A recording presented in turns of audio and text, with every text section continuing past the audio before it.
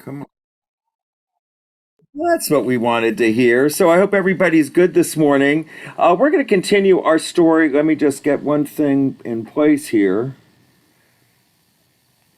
We're going to continue our story this morning about minorities in the musical. And what's important about, see, I'm dropping everything. What can I tell you? So, what's interesting about that is circumstances about the way minorities have been portrayed has always been somewhat taken for granted. And as we get into the 70s, it even becomes more of an issue in terms of the way these people were truly portrayed. But we're going to start with South Pacific. This is somewhat the granddaddy of them all. This is where real racial issues and prejudice, for the first time, really become front and center as obvious issues in the Broadway musical. Now, it has a complicated story behind it, in that Oscar Hammerstein lived in Downingtown, Pennsylvania, which is where James Michener had lived. And James Michener writes this collection of short stories about his time as a war correspondent and the things he saw in the South Pacific while he was stationed there. Further, it wins the Pulitzer Prize, and Oscar Hammerstein's very interested in it and thinks it could become a musical. And they look at this collection of 19 short stories, and the place that he begins is story number 19, the story about a young Marine from the a young man from the mainline area of Philadelphia who goes off to Princeton, but then enlists in the Marines and goes off to the South Sea Islands, has a torrid affair with a 15-year-old native girl, gets her pregnant, and then gets killed in battle. Well, as Rogers and Hammerstein looked at that, their fear was they were writing another version of Madame Butterfly, and it just didn't appeal to them, when suddenly Ezio Pinza's agent reaches out and wants to know if there's anything in this new musical that they're writing that would be suitable for their client. And they go back to the short stories, and they find a story about a wealthy French planter who, as a young man, fled a false charge that was coming at him for murder, and flees to the South Sea Islands, becomes a successful planter, and is married to a Polynesian woman who dies, and he has two dark-skinned children. Well, then there's the story. Rogers and Hammerstein wrote to formula. There were always two romantic couples at the forefront of their stories. And one of the issues is that they needed to have a love story at the top. So they put Ezio Pinza's character in one place, and they look for another story, and they find one, the story of a young woman who comes from Arkansas to support the war effort, never ever having seen the things that she encounters during the war. And they make that the primary couple, and they go back to the story about Lieutenant Cable for the secondary couple. They also like to have a matriarchal figure, and they found that in the story of the woman who wants to sell her daughter to the highest bidder, and that becomes Bloody Mary, and they make her the mother of Liat, the character that is then matched up with Lieutenant Cable in that story. And they do some manipulating, and they find a story about Luther Billis and the guy who wants to go to find a boar's tooth ceremony and so forth. So that becomes South Pacific. When South Pacific was in its out-of-town tryouts, it was very long. It ran about 4 hours. And they knew they had to make cuts. But Leland Hayward, who was one of the other producers along with them, was really pressuring them to cut the song Carefully Taught, because he felt that what it did was devastate the audience. They'd already gotten the message, and this is just hitting them over the head with it. And Rogers and Hammerstein were absolutely firm in their position that if that song went, there would be no South Pacific, because they felt it was that important that song survived. And we all know, of course, the result of that. Now, one of the complications of South Pacific was how were they going to show that white bread Lieutenant Cable actually was having a sexual encounter with this young Polynesian girl. They couldn't show it on stage in 1949. So what they decided to do was have Lieutenant Cable, it's written into the script, sing Younger Than Springtime with his shirt off, holding Liat in his arms. This, again, was pretty suggestive in its time and, was considered very mature and complicated for the audiences. It was equally as challenging for Nellie Forbush, who's considered young, to be having this romantic, this romantic relationship with a much older man, and then the fact that he had been involved in an interracial marriage.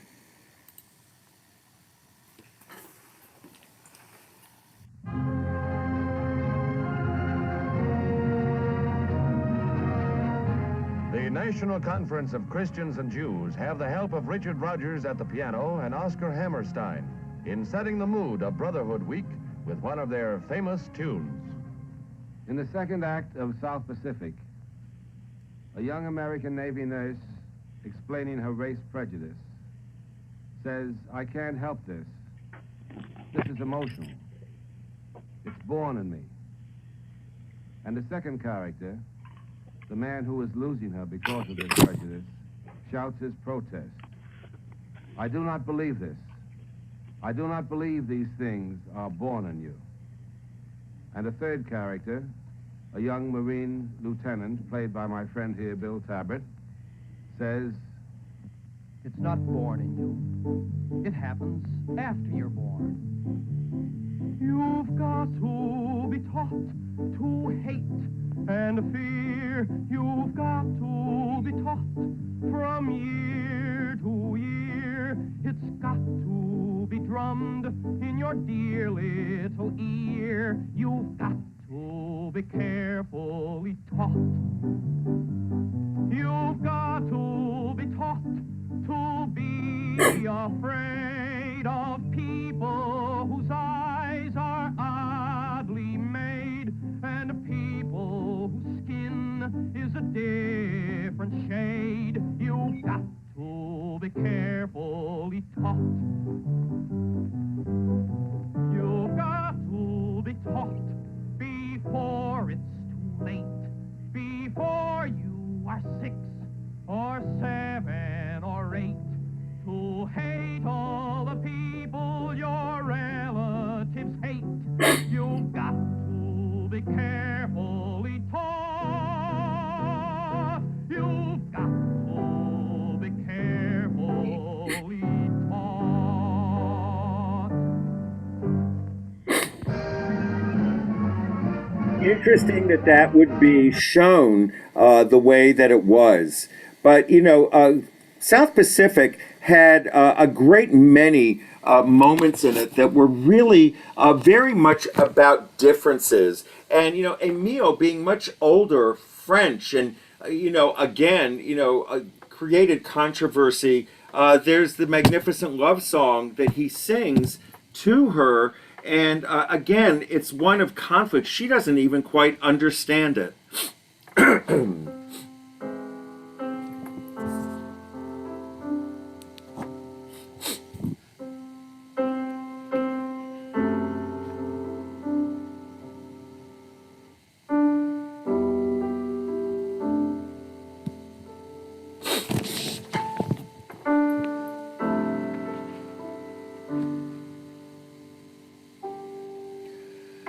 Some enchanted evening, you may see a stranger. You may see a stranger across a crowded room, and somehow you know even then, that somewhere you'll see her again. and again.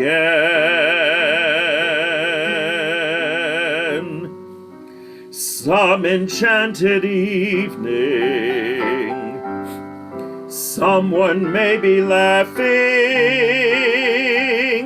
You may hear her laughing across a crowded room. And night after night, as strange as it seems, the sound of her laughter will sing in your dreams. Who can explain it? Who can tell you why? Fools give you reasons, wise men never try. Some enchanted evening, when you find your true love, when you feel her call you across a crowded room, then fly to her side and make her your own, or all through your life you may dream all alone.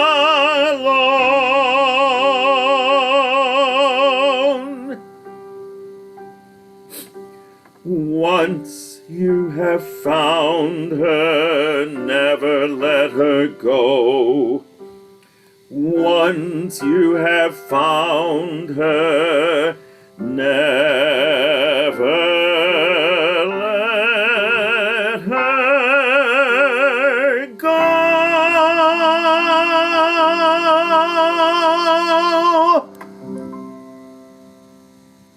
Such a gorgeous, gorgeous song. It says so much. Well, another musical that really talked about prejudice was based on a novel called Cry the Beloved Country, about a young man, a black man in South Africa who was falsely accused of a murder. And in 1949, this was written by Kurt Weill. It did premiere on Broadway, starring Todd Duncan, who, of course, was the original Porgy and Bess. And this was his last Broadway role. He knew that there were such limited opportunities for a black man on Broadway that he came back to Washington, taught at Howard University, and taught privately students for the rest of his life. In fact, my voice teachers were first chosen for me by Todd Duncan. But it's the story of a miscarriage of justice in an apartheid country. It's not seen very often. It's truly almost an opera, but it certainly was very potent at the time. The King and I, truly a story of racism, where the British seem to feel that the king is always trying to defend himself against the British ideals. Now, there's not much in The King and I that's truly historically accurate, other than the fact there was a king of Siam. A woman did come to Siam of questionable background, racial background. She taught the students there for 2 years. She wrote a book about it, mostly made up, and she really never probably met the king. However, the undertone of The King in Siam is European morals and attitudes judging the monarchy of Siam. Well, the only two true facts in The King and I are the first one, where we know the king wrote a letter to Abraham Lincoln asking if elephants were available to fight the Civil War. The second true fact in The King and I is that Mrs. Anna was promised a house outside of the palace. Beyond that, it's all conjecture. And it is not accurate in any way, shape, or form at all to what we know historically. So it's interesting. This was brought to to Rogers and Hammerstein by Gertrude Lawrence. They initially wanted absolutely nothing to do with the story because it didn't fit their sense of what the King and I, what the formulas are that they write in. So it was interesting. She convinced them, and they had no idea who to cast as the king. They wanted to cast Alfred Drake. Now, if you think about that as being problematic, Alfred Drake was Caucasian. Yul Brynner was Eastern Asian. He was from Vladivostok, Russia. But the thought that they even were willing to consider Alfred Drake as the king shows the lack of sensitivity that was portrayed at the time for those people who were involved in telling the story, the actors. Now, one of the things that Yul Brynner often spoke about was the dignity that the king had in fathering all of these children and his respect for them. And Richard Rogers created the March of the Silent Children. Princes and princesses.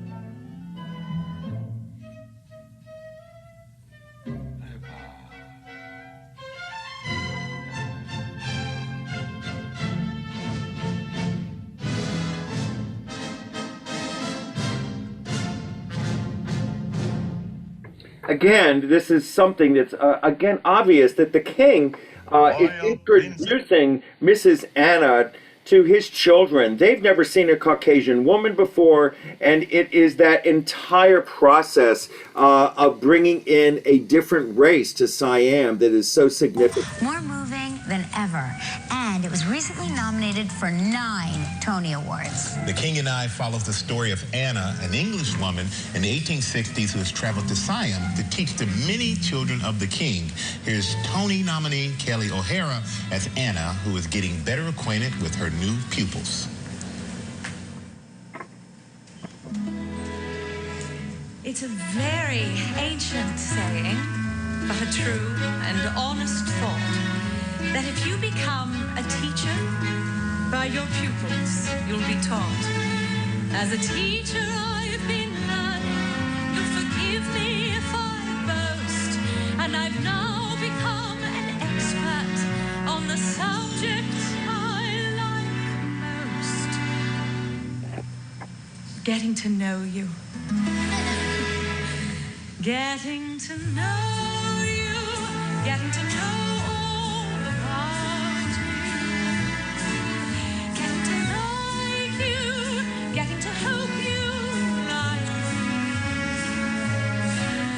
getting to know you, putting it my way, but nicely. You are precisely My cup of tea. getting to know you, getting to feel free and easy.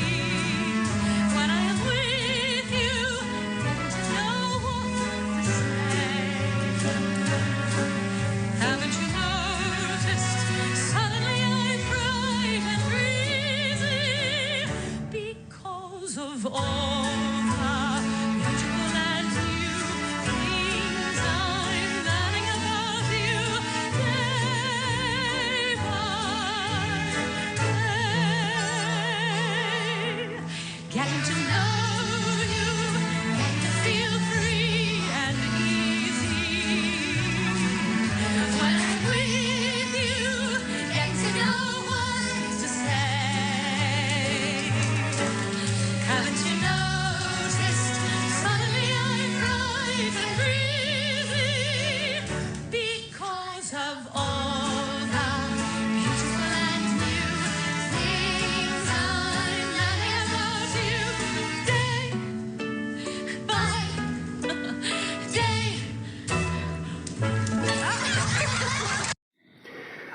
So wonderfully significant in that, again, this woman came with a prejudice that the Siamese people were not up to British standards, and she's getting to realize maybe her thinking is not correct.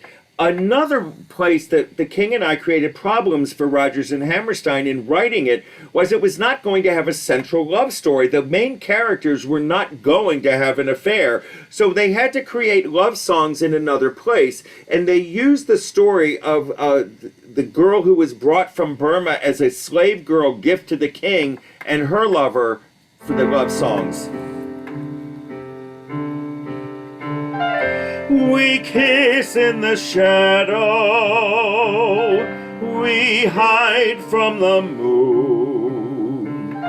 Our meetings are few and over too soon. We speak in a whisper, afraid to be heard. When people are near, we speak not a word.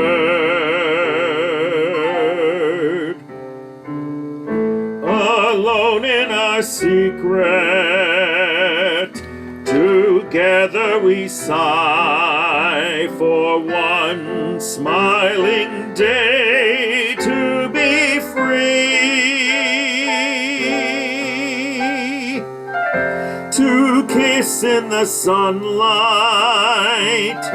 and say to the sky, behold and believe what you see. Behold how my lover loves me.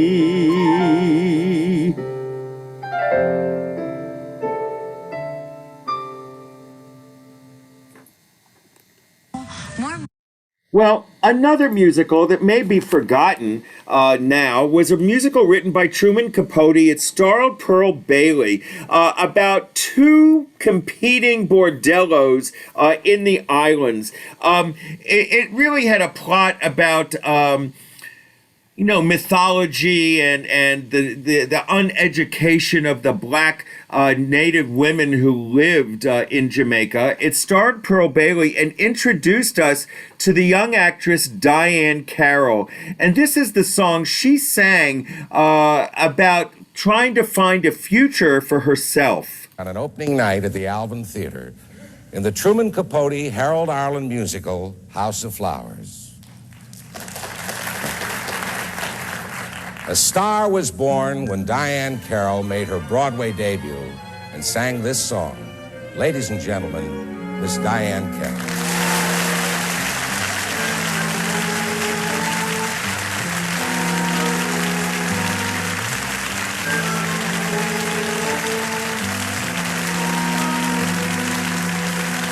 When you're in love and you are wondering if he really is the one, there's an ancient sign sure to tell you if your search is over and done. Just catch a bee, and if he don't sting you, you're in a spell that's just begun. It's a guarantee till the end of time. Your true love you have won, have won.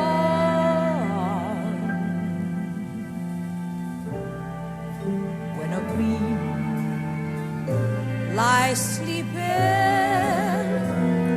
in the palm of your hand. You're bewitched and deep in love's long looked after land, where you'll see the sun up sky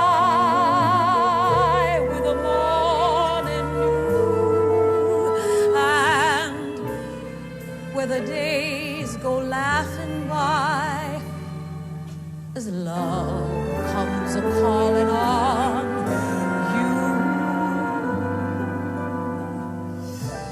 you. Sleep on me, don't waken, can't believe what just passed. He's mine for the taking. I'm so happy at last.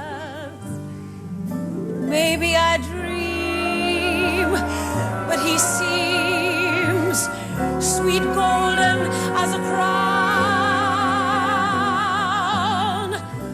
A sleeping bee done told me I'll walk with my feet off the ground, with my one true love.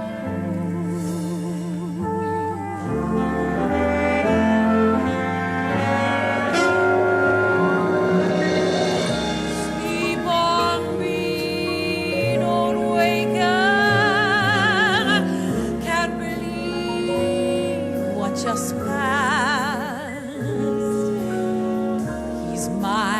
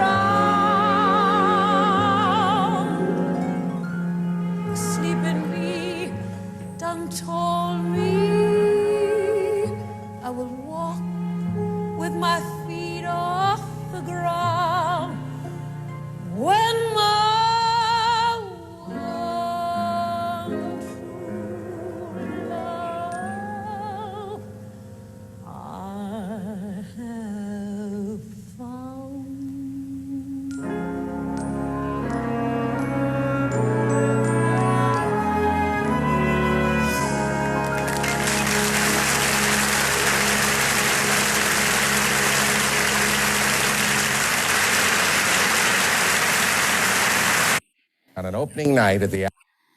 Well, Candide certainly was another attempt to talk about racism and bigotry as a theme. Lillian Hellman and Leonard Bernstein, who both survived the House Un-American Activities Committee questioning, really felt that governments operated with tremendous prejudice. And using Voltaire's Candide, where a young man is looking for the best of all possible worlds in time of prejudice, is the basis for the story. Glitter and Begay is a major satirical aria and maybe one of the most outstanding pieces ever written for a coloratura soprano in the Broadway musical canon. But Lillian Hellman was always unhappy with the script, and she even left it noted in her estate that it can never be used in her after she again. It was rewritten with Hugh Wheeler and Hal Prince. This excerpt from Candide in concert, done in London with Leonard Bernstein conducting and, of course, Adolph Green narrating, talks about being assimilated. This affecting reunion is interrupted by an old lady, hereinafter known as the Old Lady, who has come to warn Cunegonde of the approach first of the Jew and then of the Cardinal. In a flurry of dramatic activity, Candide inadvertently stabs them both to death. The Cardinal is entombed in a great cathedral. The Jew's body is dropped in the nearest sewer. I always hated the Jew in this show anyway. That will do. Candide, Cunegonde, and the old lady make a hairbreadth escape to Cadiz, taking with them all Cunegonde's jewels. On the journey, the old lady tells them her entire life story. She is, she claims, the daughter of a pope. Oddly enough, a Polish pope. It could have happened.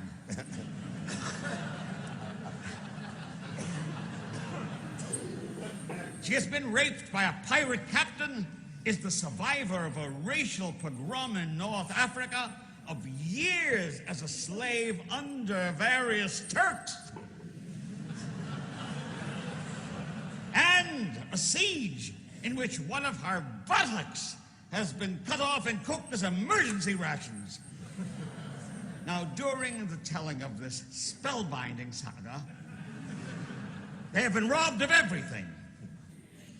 The old lady, ever resourceful, offers to sing for their Spanish supper, especially about her birth in Ravna Gubernia. Critics have found no reference to Rovno Gubernia in Voltaire's entire text. Okay, I confess, I made it up. It's my lyric, and my father was born in Rovno Gubernia, somewhere in the southern region of Russia, Ukraine. To be totally honest, I couldn't find a rhyme in English or Spanish for Rovna Gubernia, try though I did, till late one night. I mentioned the problem to my wife, Felicia, who'd been asleep for hours. I woke her up. And she was Chilean by nationality, and therefore a Spanish speaker. And she suggested, Rovna Gubernia. She said, well, me muero, me salió una hernia, which means I'm dying, I'm growing a hernia. It turns out that this is a local Chilean idiom, which is prevalent also in Colombia, Mexico, and other places, Cadiz. Anyway, it was a brilliant rhyme. And in fact, all the Spanish lines in this song are Felicia's, God bless her.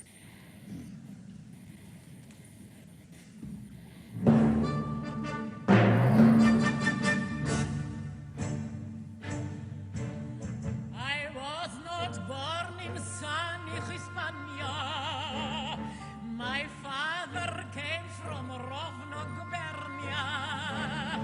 But now I'm here, I'm dancing a tango. Die-di-die, di-die-di-die. I am easily assimilated. I am so easily assimilated.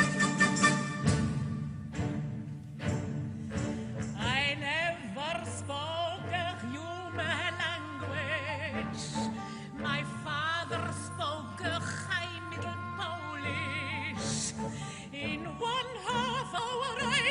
talking in Spanish.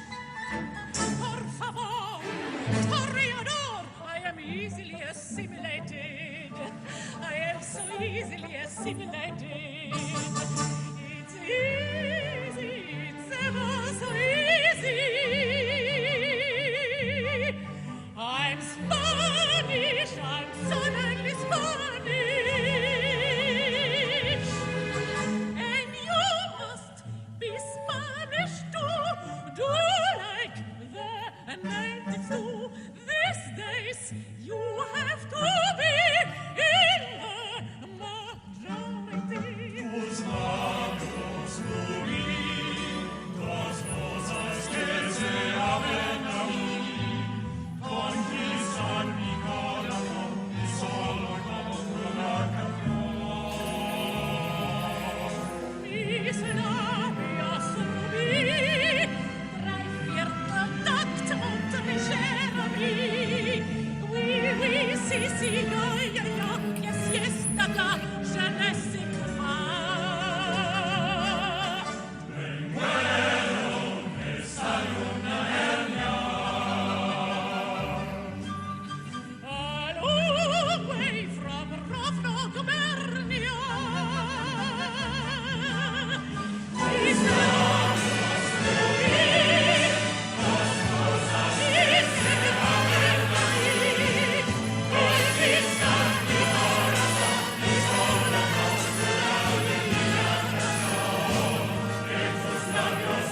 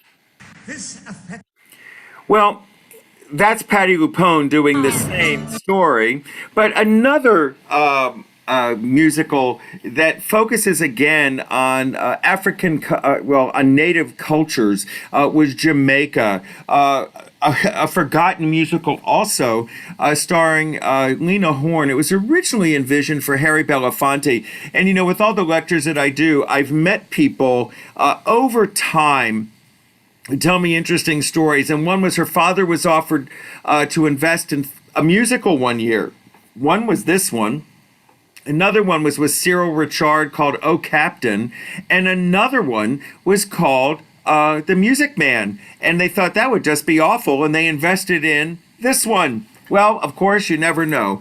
This is Harold Arlen again, and many people feel it's the companion piece to House of Flowers. But Lena Horne was cast instead, and it's the story of a girl who has a romance with a guy and wants to get off the island of Jamaica. What can I tell you?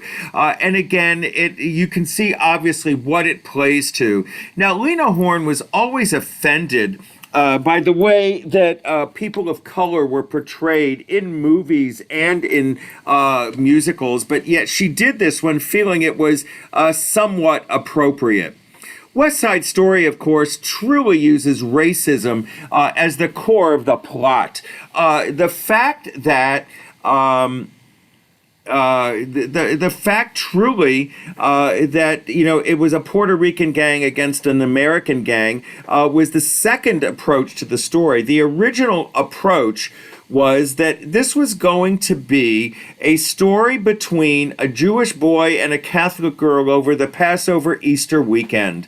And the truth of the matter is, they realized that that was a ridiculous way to tell a story, that they thought what they were doing was writing another version of Abbey's Irish Rose, and it just really wouldn't work. Well, the Broadway audiences didn't really all love this. I mean, in 1957, this was really a very controversial story. It was full of racism between the American kids and the Puerto Rican kids. And, the fact that there was, to some, this interracial romance, it bothered people. And that added to the dilemma for West Side Story.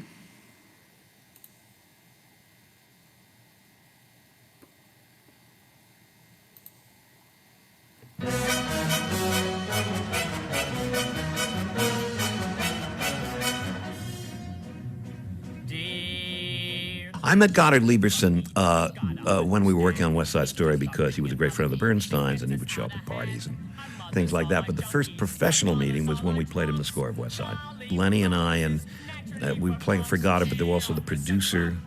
Well, one of the producers, Roger Stevens, was abroad, but he had an assistant, a lady named Sylvia Drewley, and she sort of represented him. And the original lyric of G. Officer Krupke ended with, G. Officer Krupke, f*** you, because I wanted to be the first person to use a four-letter word in a musical. But of course, looked over and Sylvia Drewley's face had turned the color of a sheet, and which I thought was perfectly fine. I thought, shock people, that's great. But Goddard came over to me at the end and he said, I think you're gonna have to change that. I said, oh, come on, you really gonna worry about shocking people? He said, no. It's just that if you use that, the record cannot be shipped over the state line and can only be sold in New York State. Oh, so change it to Krupp U. On West Side, I ran into another word problem because nobody had told me that schmuck also was a word that could not be shipped over the state line, so I had to change the quatrain while I was in the studio, again at Goddard's request. Goddard's recording sessions were very jolly because he had a sharp, funny sense of humor, very sarcastic, but people laughed and he was a gent. No, I think everybody liked working.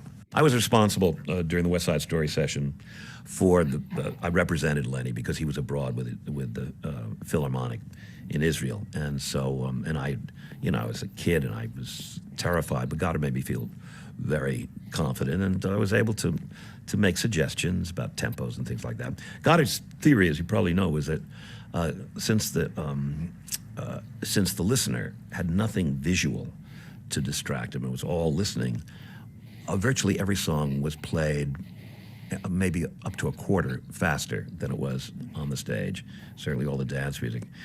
And I warned Lenny, I wrote him a letter, and I said, you're going to be shocked at some of the tempos, but I did approve them because Goddard is very convincing about their being faster on the recording than they are on the stage. And Lenny was upset. Upset may be too big a word. Distressed. I love hearing Sondheim talk about that, those two word changes as well. Ladies and gentlemen. Now, Ed Sullivan got behind West Side Story. It had been running about a year and a half and it started to fall off. But the film rights had been sold and everybody knew that. And they wanted to start to promote West Side Story for the future film by getting it far more recognizable in some of the score. There was a great deal of concern that the score was considered hyperactive, blaring, and dissonant. And the song Cool, which you're about to see next, certainly highlights this jazz that Bernstein used. Right now at the tremendous Winter Garden Theater on Broadway in New York City, West Side Story, one of the greatest musicals of all time, is coming up to the end of its second year. Now, this musical was produced by Robert E. Griffin, Harold S. Prince, in association with Roger L. Stevens. It is based on a conception of Jerome Robbins, which I'll tell you about. The book's by Arthur Lawrence, the music by Leonard Bernstein, lyrics by Stephen Sondheim. The conductor who will be conducting it immediately for you is Max Goldman. Now, the story of what they've done here, the conception by Jerome Robbins was quite original because he translated the theme of Romeo and Juliet, or rather transplanted it, into New York of the present. And instead of the Montagues and the Capulets, he pictured two kid gangs, such as the kid gangs that terrorize New York. And at this moment in the play, you're going to see part of it here, this magnificent ballet, which is called Cool. This particular moment, the shopkeeper uptown is closing his store, comes outside and finds grouped on the steps of his store a gang of kids who obviously have just had engaged in one rumble and are waiting for another gang to start another ferocious rumble. So this is the setting. Here is the scene.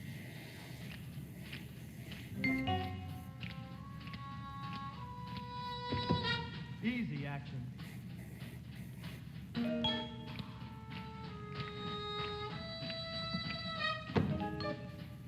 Easy. Cool, baby John.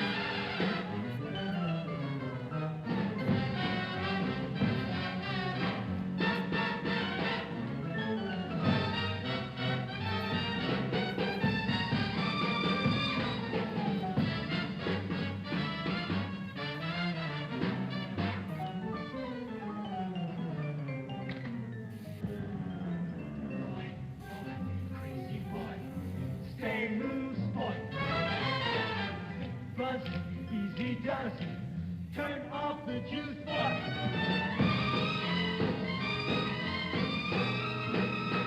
Just play it cool, boy. Real cool.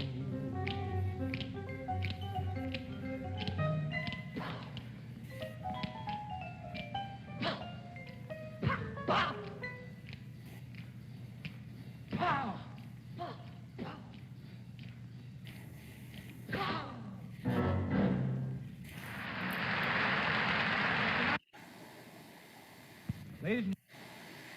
And here, the dance of the gym, of course, but America, which satirizes the way the Puerto Rican immigrants felt about what they got when they got here.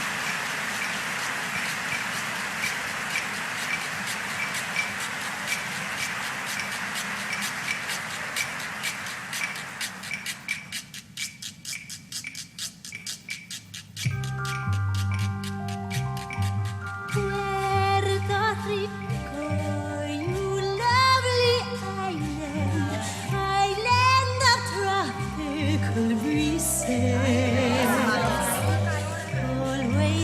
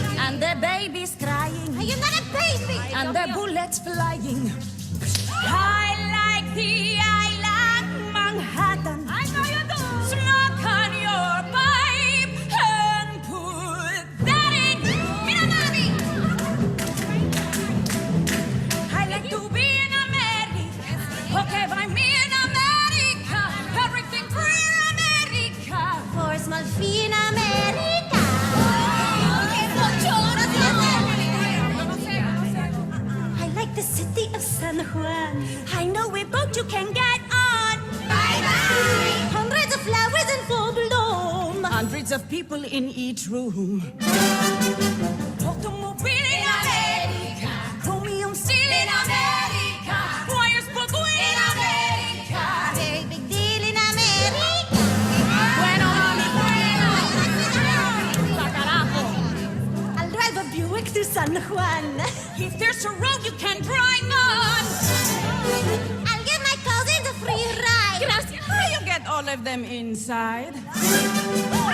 Immigrant goes to America. Many hellos in America. Nobody knows in America. Puerto Rico's in America.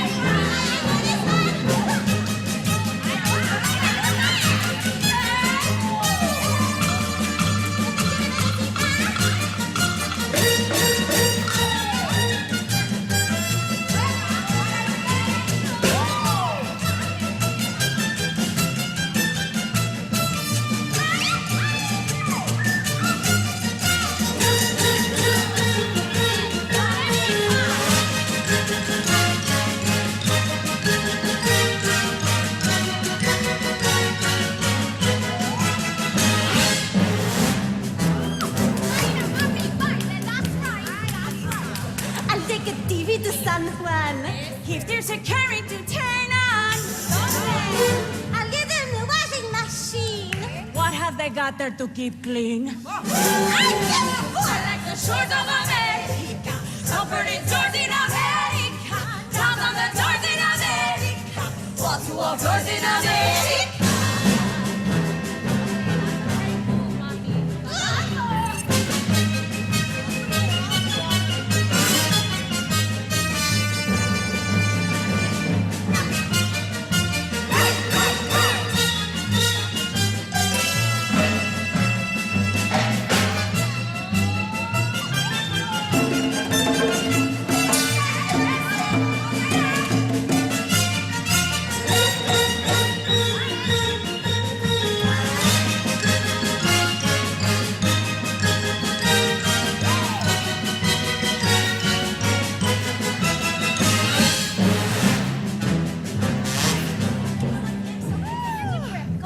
When I will go back to San Juan. When you will shut up and get gone. Everyone there will give big cheer. Everyone there will have moved here.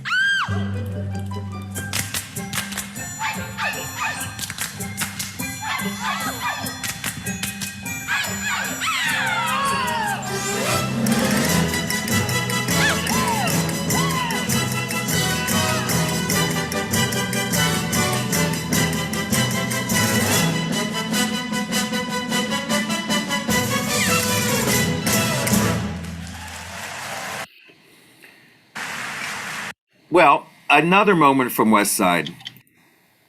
60 Minutes overtime. So now you have a radical new interpretation of West Side Story. They call it the West Side Story for the 21st century. Who calls it that? Evo. Oh, he calls it that. Okay, that's Yeah. fine. The director's allowed to call it that. Why do we need a new version of Oh, because West what Side keeps the Story? theater alive is reinterpretation. The thing that essentially is different between, let's say, theater and movies or television is that it's changeable. Each generation brings new ways of looking at a play. Not to mention new actors. Even within a year, an actor is replaced and the show feels different because the actors. What's great about the theater is it's a living organism, whereas movies and television are as if in amber. It's not that they're dead, but they're only alive in one shape, form, and tone. Every time you see a movie, they're giving the same performances they did the last time you saw them. Not true of a show. Enlighten me about theater in this way. The original West Side Story has endured. I mean, it's Well, what particularly endured was the movie. The show, as I said, had a very limited run. It was not a smash hit by any means, right? So, so it's endured, I think, because the movie made it popular. The movie was a huge hit. And suddenly, everybody thought the tunes were hummable. They hadn't before then. The movie made all the change in the world. And so you that's mean what's so big. we look back on 1957 through rose-colored glasses? You got it exactly. Is this a positive evolution for Broadway? Well, I don't think so. I don't think it's part of an evolution for Broadway. This is a particular directorial style that Ivo has used before, applied to this piece, and it's a new interpretation. And God willing, in a few years there'll be another new interpretation. You know, a play or musical lives on by its reinterpretations. Now, this interpretation is rough and raw and brutal. Much more so than the original. Are you comfortable with those changes? Oh, yeah, I love it. Sure. Everything that's happened since 1957 in the world, and certainly in the entertainment industry where four-letter words are, a common practice all the time, and much more violence on the screen, eyes being gouged out. That's a big change since 1957, and it's reflected in the theater, too.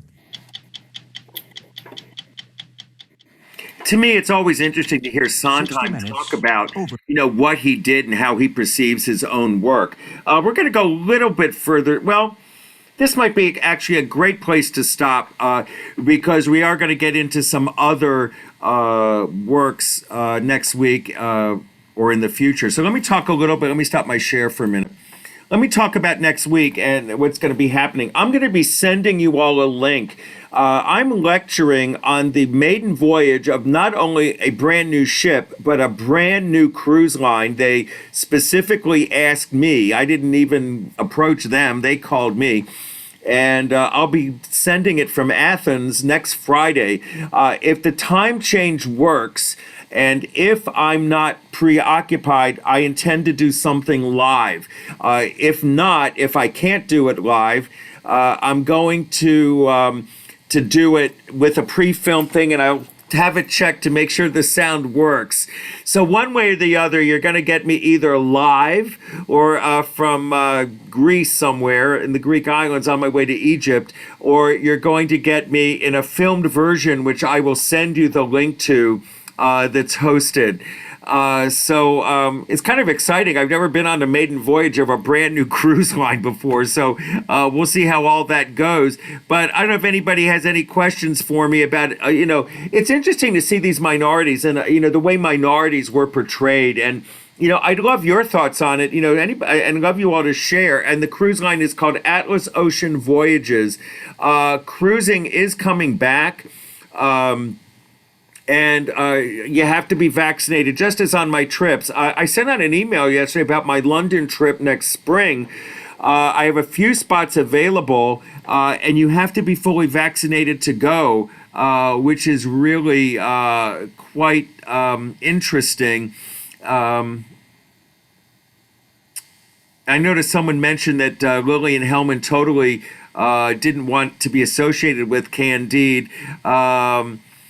Someone mentioned, and this is very interesting, Cool and Officer Krupke, the places of those changed when they made the movie. Robert Wise felt that they needed to be in different places because of the tension of the piece. West Side Story, when we see it on TV, it's a little different. There's an intermission and so forth, the way the old movies used to be.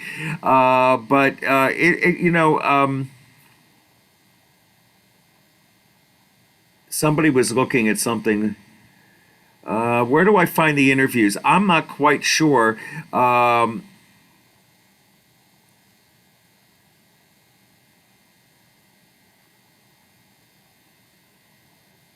Oh, it's interesting that it says Streisand can't sing and act at the same time. Okay.